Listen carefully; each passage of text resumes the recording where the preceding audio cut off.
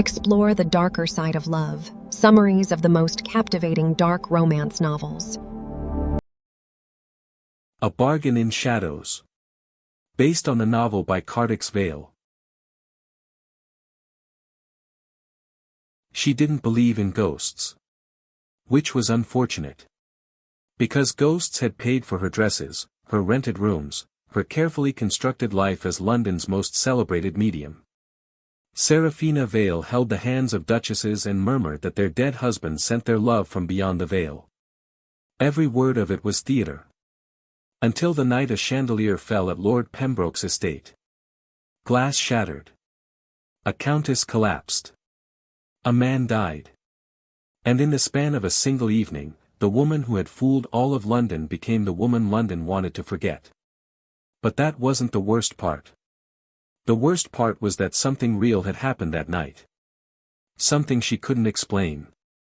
And it had followed her home. The eviction notice arrived 3 days before Christmas. 7 shillings and 6 to her name. A trunk of relics from a life that no longer existed. And her mother's locket, the only thing she owned that predated the lie. Inside, a portrait of a woman with dark hair and gray-green eyes. Eyes Serafina had been told were uncannily like her own. She barely remembered her mother.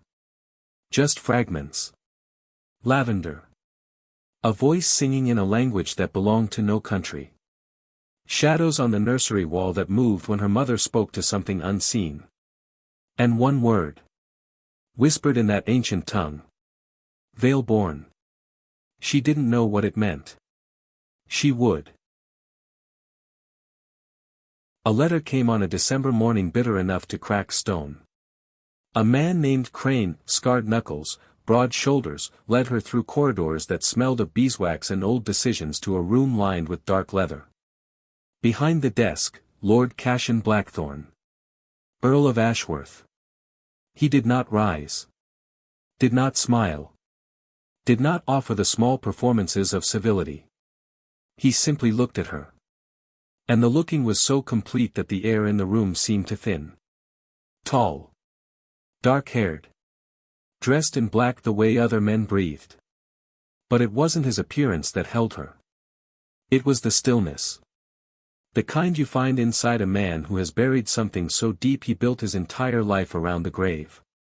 And for the first time in 3 months of ruin, she felt something other than exhaustion. Curiosity. What she didn't realize was that Blackthorn had been watching her for months. Long before the letter. Long before the fall. He had been waiting for exactly this moment. I wish you to marry me. No preamble. No softening. The marriage would be in name only. Her debts erased. She would live in his estate. In return, she would assist him with work that required her particular abilities. What abilities? She asked. My abilities are the reason I'm sitting here with 7 shillings. Blackthorn's dark eyes didn't waver. Your séances attracted something real, Miss Vale. The room felt colder. A woman who walked out of Lord Pembroke's drawing room with no memory of what happened. A woman who has been seeing things at the edge of her vision for 3 months. He knew. He knew about the shadows. The gaps. The things that retreated when she turned to look. Serafina stared at this stranger and felt the ground tilt beneath her. He was telling the truth. And the truth was far worse than any lie she had ever told. The ceremony took place in an empty church on a morning so cold her breath formed clouds. No guests. No flowers. A vicar who moved through the service like a man fulfilling a contract. I do. Her voice came out steady. A small victory. I do. His carried the same weight as agreeing to terms of sale. When he slid the ring onto her finger, his skin brushed hers, brief, deliberate. The touch of a man who permitted himself nothing. She was Lady Blackthorn now. And she had no idea what she had just walked into. Blackthorn Manor rose from the fog like a dark thought made brick. 3 stories. A door handle shaped like a thorn. She climbed the steps. He walked beside her. "Welcome to Blackthorn Manor, Lady Blackthorn." She crossed the threshold. And every candle in the entrance hall flickered. Not randomly. Not one by one. Simultaneously, as though an invisible hand had passed through the room. 1 second. Then the flame steadied. The foyer was just a foyer again. But Seraphina's heart was hammering, and her skin prickled with a pressure she couldn't name, like the charged stillness before a storm. Blackthorn was watching the candles with an expression she'd never seen on him. Vigilance. Neither of them spoke. Because speaking would make it real. On the wall above the staircase hung a portrait of a woman in white. "My wife." Blackthorn's voice held a fracture so fine it was almost invisible. "Eleanor. She died in 1878. 4 words. A mausoleum." Eleanor's ghost stood between them like a third presence, invisible but palpable, shaping every glance that lasted a fraction too long. And then everything changed. Because that first night taught Seraphina what silence really meant. Footsteps in the corridor. Pausing outside her door. Moving on. Whispers that curled through the walls like smoke, trying to form words. And the shadows. They moved along the walls like ink bleeding through paper. Pooling in corners. Darker than the darkness around them, which should not have been possible. One shadow detached itself from the wall and drifted toward her bed. Slow. Patient. Unnatural. It paused at the edge of her mattress. She couldn't breathe. The locket was pressed so hard against her chest the outline cut into her skin. It had no face. No eyes. And yet she felt regarded. A gaze more intimate than any human had ever directed at her. Reaching past skin and bone into a place she could not defend. Then it retreated. Merged with the darkness. Gone. She lay rigid until dawn, her fingers white around the locket, telling herself it was imagination. She was the only person in the room who didn't believe it. On the 3rd morning, Blackthorn summoned her. "You have seen things." Not a question. "Shadows that move." A word written in dust on your windowsill. He withdrew an object from his desk, a circular lens set in dark metal. The glass was almost black, swirling with color like oil on water. "Veil glass. It allows you to see through the veil." Then he told her the truth. A barrier, the veil, separated the physical world from something that existed in the spaces between heartbeats. In the flicker of dying candles. In the shadows that moved when nothing cast them. Beyond it, entities. Conscious. Hungry. Patient. Things that fed on suffering. And her seances, the grief, the hope, the desperate desire of the living to reach the dead, had not been fake. They had thinned the veil. She had been a beacon, attracting things she couldn't see. "You're telling me my entire career was not a fraud?" "Yes. That's the cruelest thing anyone has ever said to me." She stood. Walked to the window. Then turned. "Show me." She raised the veil glass to her eye. The corner of the room looked ordinary. Through the lens, it opened. A darkness that shouldn't exist. A depth the physical room couldn't contain. And inside that darkness, something moved. No shape. No features. But aware of her. She knew this the way she knew her own heartbeat.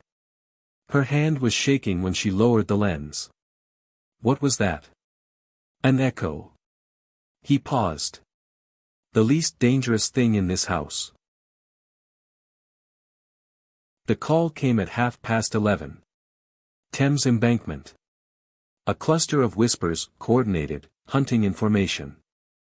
Something was directing them. Seraphina stood at the top of stone stairs with an iron poker in her hand. Through the veil glass, she saw them. Elongated bodies. Heads tilted at impossible angles. Mouths opening and closing in unison, producing a vibration she felt in her chest more than heard. Then she heard a child crying. A boy. Barefoot. Blue with cold. Huddled against the river wall. The whispers circled closer, drawn to his terror like wolves to blood. Before Blackthorn could call out, Seraphina was already moving. She planted herself at the base of the stairs and swung with everything she had. Iron connected. The whisper recoiled with a sound like tearing silk. The boy reached safety. But 3 whispers closed the distance. Their influence crashed into her mind, cold, seductive, promising that if she just stopped fighting, everything would be still. Quiet. Finished. 1 whisper lunged. She stumbled. Went down on one knee in the mud.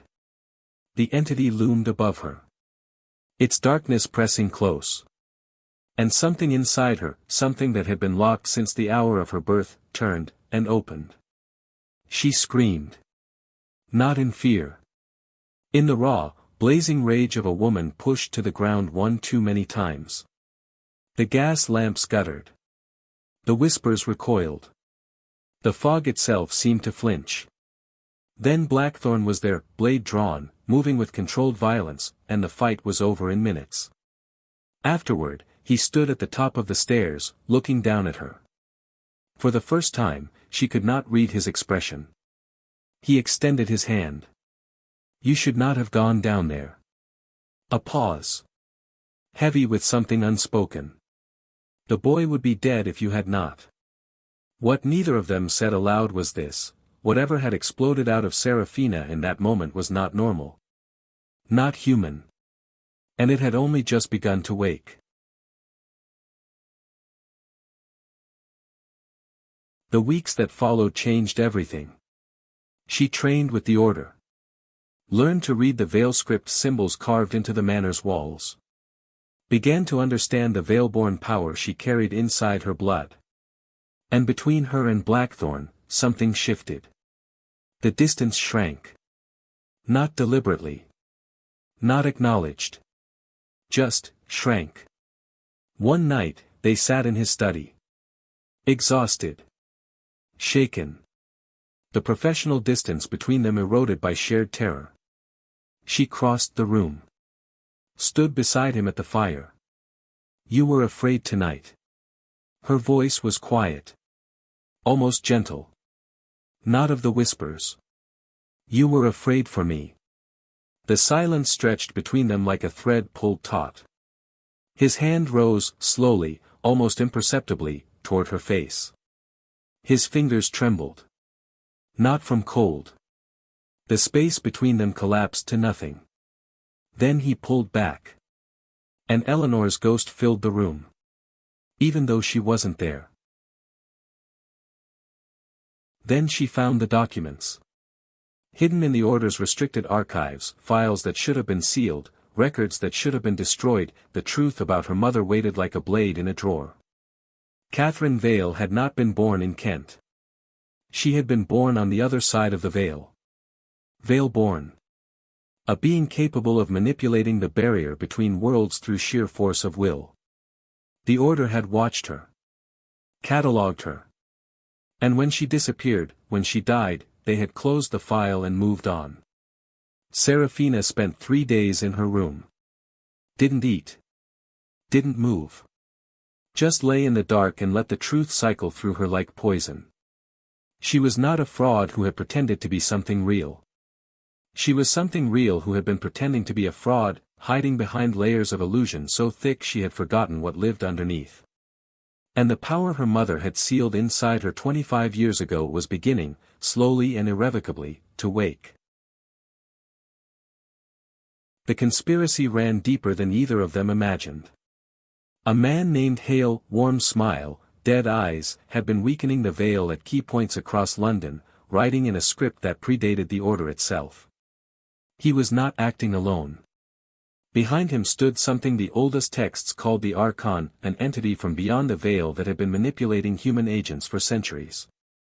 The chamber beneath Blackthorn Manor had not been built by Hale. It had been built for Seraphina. The inscriptions responded only to her. The door opened only for her. Her mother had stood before that same door. The design had been set in motion before Seraphina drew her first breath. She was not an accident. She was an instrument. And whoever had built her had been planning it for a very long time. Then the assault came.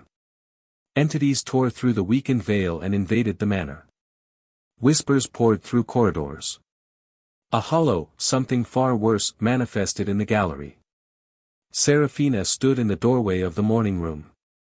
Something inside her broke open. She didn't remember what happened next. She woke to find she had created a barrier, a shimmering membrane of pure wool that had reinforced the veil around the entire room. A barrier that should have been impossible. She had lost the memory of the battle. Not forgotten, consumed. Burned as fuel for the power. And every time she used it, it would take more. Another memory. Another fragment of herself. Until eventually there would be nothing left but the power itself. The winter solstice. 2 days away. The natural thinning of the veil, compounded by Hale's sabotage, would create conditions for catastrophe. Not a thinning, a rupture. A tear in the barrier between worlds through which the Archon could pour like a flood. On the longest night of the year, Seraphina descended into the chamber beneath the manor. The veil script on the walls blazed with a cold, ancient light. The air was so thick with the pressure of 2 overlapping realities that each breath felt like swallowing stone. She felt the veil strain. Heard it groan. Felt something on the other side push with a force that was not physical but was no less devastating. And she pushed back. She didn't know how. Didn't understand what ancient part of her mother's blood had activated. But she pushed, with everything she had, with everything she was.